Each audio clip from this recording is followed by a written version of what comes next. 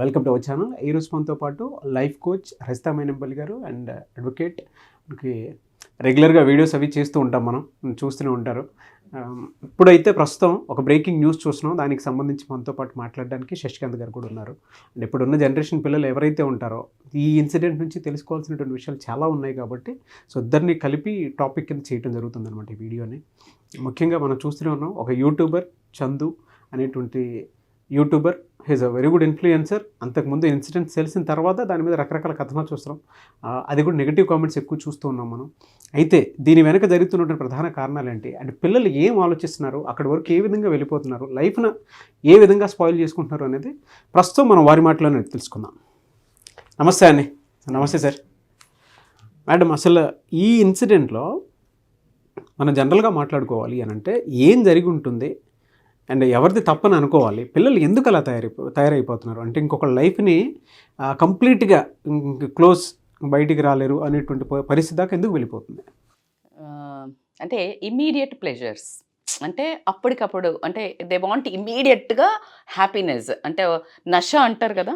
ఇంతకుముందు ఎప్పుడో ఒక సుట్టలు తాగేటోళ్ళు ఏదో తర్వాత అట్లా వెళ్ళి డ్రగ్స్కి వచ్చారు, దాని తర్వాత వేప్ అని ఏదో కొత్తగా వినిపిస్తున్నారు. అంటే they want more and more pleasure ఆ ట్రాన్స్లో ఉంచేది. If you take this person, ఎవరు సాయి చందన్ తీసుకుంటే, మీరు అన్నారు 2 వర్డ్స్ ఏంటి, youtuber, influencer. What is this influencer అంటే ఇట్స్ అ బిగ్ రెప్యుటేషన్. అంటే నిన్ను అందరూ నువ్వు చేసే ఆకతాయి చేష్టలో, లేకపోతే ఏదైనా పనికొచ్చే వీడియోలో, లేకపోతే నువ్వు కాస్త నవ్విస్తున్నావో, కాస్త ఏదో అలా ఒక పబ్లిక్, ఒక సెగ్మెంట్ ఆఫ్ పబ్లిక్ నీకు కనెక్ట్ అయ్యారు. నౌ యువర్ రెస్పాన్సిబిలిటీ ఈజ్ చాలా హుందాగా బిహేవ్ చేయడం. ఆ అబ్బాయిని అంత ఆకట్టుకున్నాడు ప్రజలను అన్నప్పుడు నీకు ఎంత రెస్పాన్సిబిలిటీ ఉంది? నీ అందానికో నీ ఫాలోయింగ్కో ఖచ్చితంగా అమ్మాయిల్ని పడేయడం అనేది ఇట్స్ ఏ కేక్ వాక్. ఎందుకు అంటే తన స్టేటస్ని. కానీ నాకు ఇప్పుడే ఉషా కూడా ఒక లైన్ చెప్పింది, ఏంటి, పక్కింటి కుర్రోడ్లా ఉంటాడు మేడం ఇన్. అంటే నీకు అది చాలా అద్భుతమైన అవార్డు. అంటే పెద్ద పెద్ద హీరోలకు కూడా అవార్డు ఉండదు. అంటే పక్కింటి కుర్రోడు ఫీల్ ఇచ్చావు అంటే, వెబ్ సిరీస్లో హిట్ అయ్యావు అంటే నీకు బాధ్యత, నువ్వు ఇంకా సక్సెస్కి చాలా కొంతమందికి వస్తుంది. ఆ దారిలో గోల్ ఓరియంటెడ్గా ప్రవర్తించకుండా అమ్మాయిలను, అంటే ఎంతమంది ఈజీగా అట్రాక్ట్ అవుతారు అమ్మాయిలు, ఎంత అందంగా ఉన్నాడు కదా అని. అంటే ఆ అమ్మాయిలను ఇంకా వాడుకోవడము అనేది అబ్బాయికి అలవాటు అయినట్టు మనకు కనిపిస్తుంది. చీటింగ్ వచ్చింది అంటే నీకు ఇంకొకళ్ళు నచ్చారు. ప్రేమ అంటే ఈ అమ్మాయిని వదలకపోయేవాడు. సో ఇక్కడ యాంగిల్లో నేను మాట్లాడదలుచుకున్నది, ఖచ్చితంగా అమ్మాయిలకు కోపం వస్తుంది, కానీ తల్లిదండ్రులకు భలే సంతోషం వేసేది. సొసైటీకి చాలా అవసరమైన వాట ఏంటి అంటే, నేను అంటున్నాను, ఆ అబ్బాయి మోసం చేశాడు అంటే నువ్వు మోసం ఎందుకు పోయావు? మోసం పోయినా అని ఆమె ఒంతెత్తి అరుస్తుంది. ఆ అమ్మాయి ఎవరైతే ప్రేమించింది అని చెప్పిందో, నన్ను ప్రేమించాడు, నన్ను చీట్ చేశాడు, పెళ్లి చేసుకుంటా అన్నాడు, నేను ఆల్రెడీ నన్ను రేప్ చేశాడు. ఆ రేప్ పదం నేను షాక్ అయ్యింది ఏంటంటే, ఆ అమ్మాయి కన్సెంట్ లేకుండా ఏమైనా చేశాడా అని అనుకున్నాను. కానీ లీగల్గా చూస్తే ఏమంటున్నారంట అంటే, రేప్ అంటే ఈ ఫిజికల్గా పెళ్లి చేసుకోకుండా చీటింగ్ చేసి ఫిజికల్గా ప్లెజర్స్ పొంది ఉంటే దాన్ని రేప్ కింద కన్సిడర్ చేస్తారు, సమ్ సెక్షన్స్ ఉన్నాయి అని అన్నారు. అది మన సార్ మాట్లాడతారు. కమింగ్ టు ద పాయింట్, నేనేమంటున్నాను అంటే, పెళ్ళి తర్వాత జరిగే ఏదైతే ఒక బ్యూటిఫుల్ పెద్దవాళ్ళ ఆమోదంతో, ఆశీర్వాదంతో, ఒక తంతులాగా దానికి ఒక ముహూర్తం చేసే ఒక వండర్ఫుల్ ఒక ప్రక్రియని నువ్వు పెళ్ళికి ముందు ఒక అబ్బాయితో వెళ్ళిపోయావంటే అప్పుడు ఎవరిని అడిగి వెళ్ళావు? అప్పుడు ఈ స్టేట్మెంట్లు ఏవి? నీ తల్లిదండ్రికి చెప్పి వెళ్ళావా? సొసైటీలో ఇంకెవరితో అయినా మాట్లాడెళ్ళావా? నువ్వు మోసపోయిన దానికి ఇంకా సిగ్గు లేకుండా నువ్వు అసలు నేను మోసపోయా, చీట్ చేశాడు, ఎవరిని అడిగి చేసావు? నువ్వు ఫిజికల్ రిలేషన్ దాకా వెళ్ళాల్సిన నమ్మకం నీకేం కనిపించింది? నీకు తెలీదా ఇప్పుడున్న కల్చర్? నీకు తెలీదా అబ్బాయిలు ఎలా ఉన్నారు? అసలు ఈ స్టేట్మెంటే రాంగ్ నాది. అబ్బాయిలే కాదు, పిల్లలు ఇప్పుడున్న జనరేషన్ ఎట్లున్నారు? Who is next? అంటే నీకు ప్రేమ అనే ఒక అందమైన పదానికి చాలా వికృతమైన రూపం మార్చి ఈరోజు లివిన్ అని మొదలుపెట్టి, ఆ లివిన్లో నుంచి నచ్చలేదు, సో వాట్, జీవితం అంతా ఎందుకు, సో వాట్, కరెక్టే. కానీ ఇది ఎక్కడికి పోతుంది ట్రెండ్? నువ్వు పుట్టిందే అమెరికాలో అయితే it's none of our business boss, maybe that is a culture there. But నువ్వు పుట్టింది ఇండియాలో, నువ్వు పుట్టిన నీ సంస్కృతికి నువ్వు ఏం మాట్లాడుతున్నావు, ఏం చేస్తున్నావు? ఇంకా నువ్వు సిగ్గు లేకుండా నీ తల్లిదండ్రులను రోడ్డు మీద వేసి నువ్వేదో వాడేదో పెద్ద నువ్వు ఘనకార్యం చేసినట్టు గల్లా పట్టుకొని నేను వైరల్ అయిపోతా. నీ కళ్ళల్లో నువ్వు ఫస్ట్ అద్దంలో చూసుకుంటావా? వాడు మోసం చేశాడు అంటే ప్రేమించి మోసం చేశాడు అను అట్లీస్ట్ వాయిస్ ఉంది మాట్లాడడానికి. అరే అలా చేస్తావరా అని వాడిని ఉమ్మేయడానికి శిక్ష కూడా వేస్తారు. అవన్నీ శిక్షలు కాదు. అసలు నువ్వెందుకు ఛాన్స్ ఇచ్చావు, మోసం ఎందుకు పోయావు అని అడుగుతున్నాను. ఈ ప్రాసెస్లో ఆడపిల్లలకు కానీ లేదంటే పేరెంట్స్కి కానీ ఏం చెప్తారు? ఇట్స్ ఎ బిగ్ వార్నింగ్ అండి. అమ్మాయిలకి వేకప్ గర్ల్స్, వేకప్. అండ్ ఎవరో కొంతమంది ఒక పార్షల్ సెగ్మెంట్ అమ్మాయిలు ఇలాంటి ప్లెజర్స్ కోసము లిమిట్స్ దాటి తల్లిదండ్రుల పెంపకాన్ని వేలెత్తి చూపుతూ ఛాలెంజ్ చేస్తున్నారు. తల్లిదండ్రులు రేపు పిల్లగాడిని ఎతకాలి అంటే కళ్ళల్లో కళ్ళు పెట్టి చెప్పలేని పరిస్థితి మా అమ్మాయి మంచిది అని అంత దౌర్భాగ్యానికైతే వెళ్తున్నారు నాకు.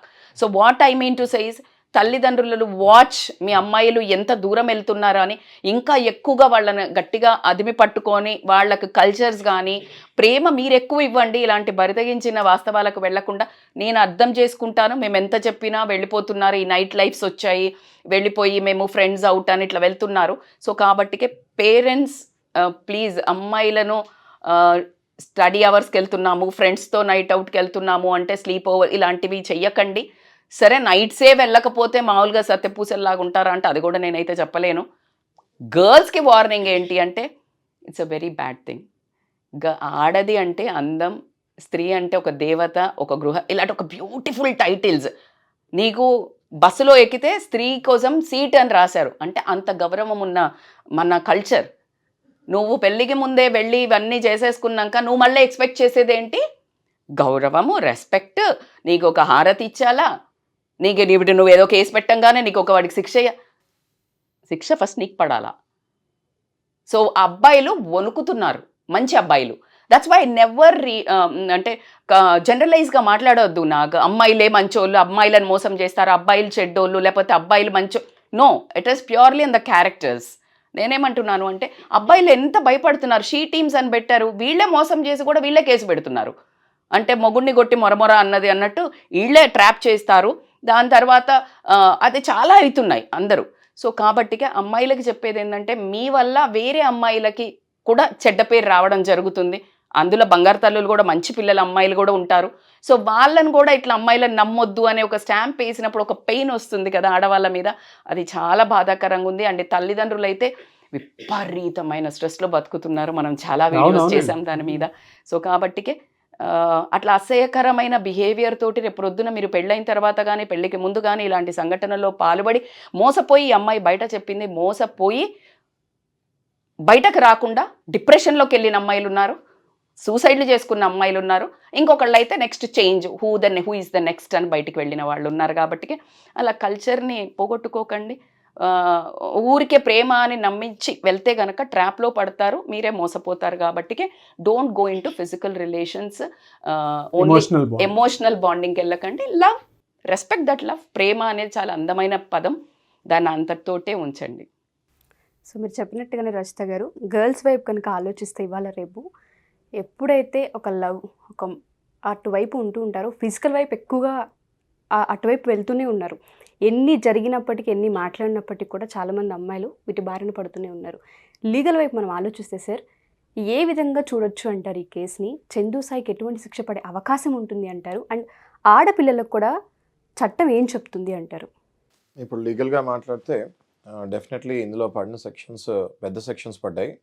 376(2) పడింది. అట్రాసిటీ కేస్ సెక్షన్ 3(1), సెక్షన్ 3(2) పడింది. చీటింగ్ కేస్ సెక్షన్ 420 పడింది. ఇవన్నీ కూడా ఇండియన్ పీనల్ కోడ్ కిందకి వస్తాయి పరిధిలో. ఇండియన్ పీనల్ కోడ్ అంటే ఐపీసీ అన్నీ కూడా పనిషబుల్ క్రైమ్స్. బేసిక్గా సిపిసి అంటే వేరు, ఐపీసీ అంటే వేరు. ఐపీసీ అంటే ఇవన్నీ పనిషబుల్ క్రైమ్స్ అండ్ ఇవన్నీ పోలీస్ వాళ్ళు డీల్ చేసే క్రైమ్స్. ఓకే, సో సివిల్ వేరు, ఇది వేరు. సో ఇవన్నీ అందుకే ఆ అబ్బాయిని ఇమీడియట్గా అరెస్ట్ చేసి చెంచల్గూడ జైలుకి పంపించారు.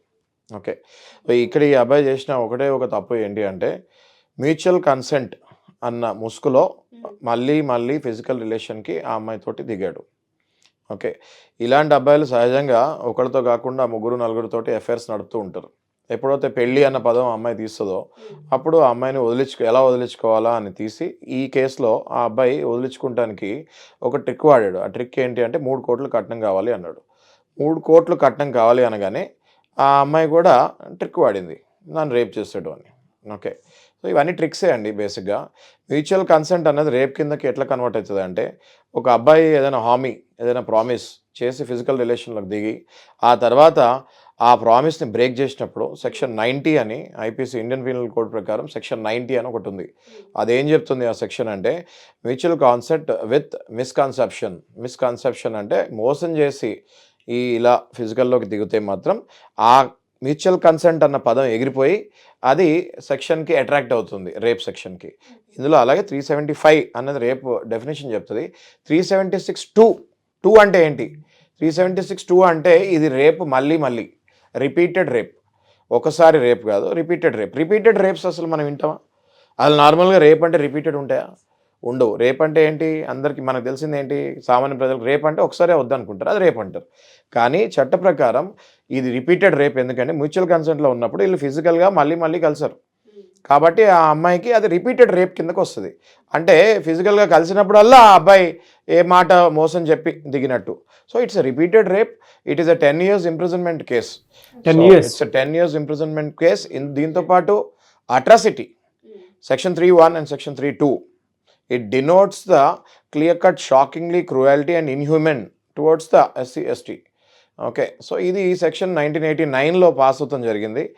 బడుగు వర్గాల వాళ్ళని ప్రొటెక్ట్ చేస్తానికి. ఇంకా ఈ జనరేషన్లో కూడా కులాల పేరు పెట్టి తిడుతున్నారంటే అది అసలు చాలా అగౌరవం పరుస్తమే అది. దీనికి ఇంకా పనిష్మెంట్ పెంచాలని మా లాంటి వాళ్ళు కోరుకుంటున్నాము. ఎందుకంటే సమాజంలో మనం ఎంతోమంది ఫ్రెండ్స్ తోటి కలిసి తిరుగుతున్నాం. ఇవాళ మీరు ఏ క్యాస్ట్ అని అడిగే పరిస్థితిలో కూడా లేము. మనకు నచ్చారు అంటే మనం ఒకటే ప్లేట్లో తింటున్నాము, ఒకటే బాటిల్లో నీళ్ళు తాగుతున్నాము, రైట్? సో ఈ సమాజంలో కూడా ఇంకా కులం పేరు పెట్టి తిట్టాడంటే ఆ అబ్బాయికి అట్రాసిటీ కేసు 100% అప్లికబుల్ అవుతుంది. అది అప్ టు 5 years ఉంటుంది. Next section 420 cheating. ఈ చీటింగ్ ఏంటి? రేప్ కేసులో చీటింగ్ ఏంటి అనుకోవచ్చు. ఎప్పుడైతే అమ్మాయిని పెళ్లి చేసుకుంటా అని చెప్పి ఈ అబ్బాయి ఫిజికల్లోకి దిగి ఆ తర్వాత 3 కోట్లు కట్నం అడిగాడో అప్పుడు అది చీటింగే కదా. సో సెక్షన్ 420 కింద చీటింగ్ కేసు అప్లికబుల్ అయింది. ఆ section 420 says very clearly up to 7 years imprisonment. It's severe imprisonment with fine. ఈ 3 సెక్షన్లు కూడా పెద్ద సెక్షన్లు పడ్డాయి ఈ అబ్బాయి మీద. అందుకే చెంచల్గూడ జైలుకి ఇమీడియట్గా పంపించారు. ఈయనకి ఇప్పుడే బెయిల్ వస్తుందని నేనైతే అనుకోవట్లేదు. Unless he can clear. చాలా సర్కమ్స్టాన్షియల్ ఎవిడెన్సెస్ ఉంటాయి రేప్ కేసెస్లో, చీటింగ్లో. ఇందులో ఈ కేసులో ఇంకోటి ఏంటంటే A1 ఈ అబ్బాయి అయితే చందుసాయి, A2, A3 వాళ్ళ అమ్మ నాన్న ఉన్నారు, A4, A5 వాళ్ళ ఇంట్లో మెంబర్స్ ఉన్నారు. మొత్తం 5 మీద ఈ కేసెస్ పడ్డాయి. అయితే రేప్ కేసు వీళ్ళ మీద పడతాం ఏంటి అమ్మ నాన్న మీద అనుకోవచ్చు మీరు. రేప్ కేసు వీళ్ళ మీద ఎందుకు పడింది? పడలేదు. వీళ్ళ మీద పడింది చీటింగ్ కేసు. ఎప్పుడైతే ఆ అమ్మాయిని ఇంటికి తీసుకొచ్చి తల్లిదండ్రుల ముందు, అక్కా చెల్లెల ముందు పెళ్లి చేసుకుంటానని ఒప్పుకొని వాళ్ళు ఎప్పుడైతే ఓకే అన్నారో అప్పుడే వాళ్ళు ఒప్పుకుంటున్నట్టు అర్థం. ఎప్పుడైతే ఈ అబ్బాయి గొడవ పడ్డప్పుడు వాళ్ళు అడ్డు రాలేదు, వాళ్ళ పేరెంట్స్ కూడా అప్ టు 7 years ఇంప్రిజన్మెంట్ పడే ఛాన్సెస్ ఉంటాయి. మీరు చెప్తున్న దాని ప్రకారం ఇప్పుడున్న సమాజంలో ఇదే పేరుతో రిలేషన్స్ అని చెప్పి ఇంటికి తీసుకొచ్చి అమ్మాయిని పరిచయం చేసి వాళ్ళ అవసరాల కోసం వాడుకుంటున్నారా, వాళ్ళ సంతోషాల కోసం తిరుగుతున్నారనే విషయాన్ని పక్కన పెడితే ఫ్యామిలీ కూడా ఒక రకంగా కారణమవుతుంది. ఏం నేర్చుకోవచ్చు అంటారు ఆడపిల్లలు? కానీ అమ్మా నాన్న మీద ఈ కేసులో సెక్షన్స్ పడతాం చాలా మంచి పని అయింది. ఎందుకు రీజన్ అంటే, ఒక అమ్మాయిని ఒక అబ్బాయి ఇంటికి తీసుకురాగానే ఎంకరేజ్ చేస్తున్నారు ఇవాళ రేపు. ఇప్పుడు మా జనరేషన్లో అట్లా అమ్మాయిని ఇంటికి తీసుకురావాలంటే మేము భయపడేవాళ్ళం. ఒక అమ్మాయి ఎవరైనా వచ్చి మా అమ్మతో మాట్లాడాలన్నా మా అమ్మ కూడా అంత ఈజీగా ఒప్పుకునేది కాదు. సో ఇప్పుడు అమ్మాయిని ఇంటికి తీసుకొచ్చి కావాలంటే అమ్మాయిని స్టడీ పేరు మీద ఒకటే రూమ్లో ఇద్దరు టైం కూడా స్పెండ్ చేస్తున్నారు. అది తెలిసి కూడా పేరెంట్స్ శుభ్రంగా అలౌ చేస్తున్నారు. ఇది చాలా ఘోరాతి ఘోరం. ఇట్లా జరుగుతాం వల్ల ఇలాంటి అనర్థాలు జరుగుతాయి. ఇలాంటి అనర్థాలు జరుగుతాం వల్ల ఇలాంటి కేసులు పడతాయి. ఇలాంటి కేసులు పడతాం వల్ల చెంచల్గూడ జైలుకి వెళ్ళాల్సి వస్తుంది.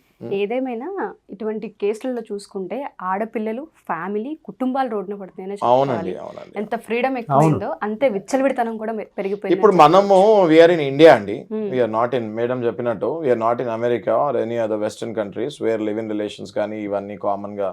మనం ఎంత మారాలి అనుకుంటే మీరు టెక్నాలజీలో మారండి, మీరు ఎకనామికల్గా మారండి, మీరు వాళ్ళ తెలివితేటల మీద అధికంగా వెళ్తానికి మారండి. కానీ వాళ్ళ ట్రెడిషనల్స్ని మీరు ఎప్పుడైతే ఇక్కడ ఇంప్లిమెంట్ చేస్తున్నారో ఇట్లాంటివి పడుతున్నాయి. ఎనీవేస్ ఏ విధంగా ఉంటుందో చూద్దామండి. Thank you so much Rista గారు. Thank you so much Yashwant గారు. Thank you.